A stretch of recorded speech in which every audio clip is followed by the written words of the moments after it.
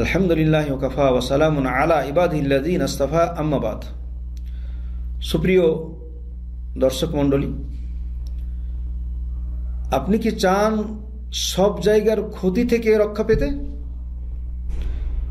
যদি আপনি চান যে কোনো জায়গা বা যেখানে আপনি অবস্থান করুন, যেখানে আপনি যাবেন, সেই জায়গার ক্ষতি থেকে নিজেকে বাঁচাতে চান, সেখানে চোর ডাকাতের ক্ষতি হতে পারে, জীবজন্তুর ক্ষতি হতে পারে, আরও যে কোনো পোকামাকড়ের ক্ষতি হতে পারে, সমস্ত ক্ষতি থেকে নিজেকে যদি বাঁচাতে চান, তাহলে আপনি যখন কোনো স্থানে অবস্থান করবেন, কোনো জায়গাতে আপনি নামবেন বা সফররত অবস্থাতে কোনো জায়গাতে অবস্থান করবেন, তখন এই দোয়াটি পাঠ করুন।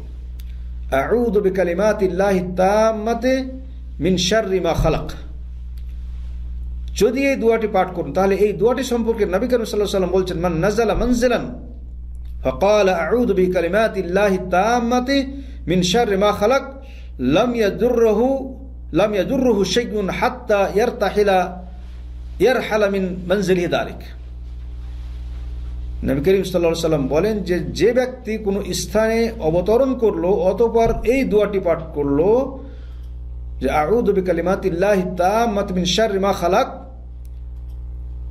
তাহলে সে যতক্ষণ পর্যন্ত সেই স্থান থেকে চলে না যায়, ততক্ষণ পর্যন্ত কোনো কিছুই তার কোনো ধরনের ক্ষতি সাধন করতে পারে না।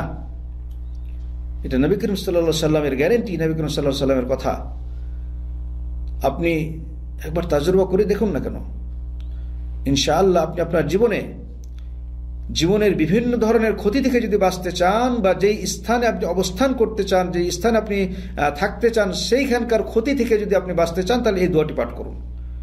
ইনশাআল্লাহ আপনার জীবনের বিভিন্ন ক্ষতি থেকে আপনি জীবনকে রক্ষা করতে পারবেন, বাঁচতে পারবেন। আল্লাহর রহমতে আপনার কোনো ধরনের ক্ষতি হবে না। আল্লাহ তাআলা আমাদের সকলকে এর তৌফিক দান করুন, আমিন।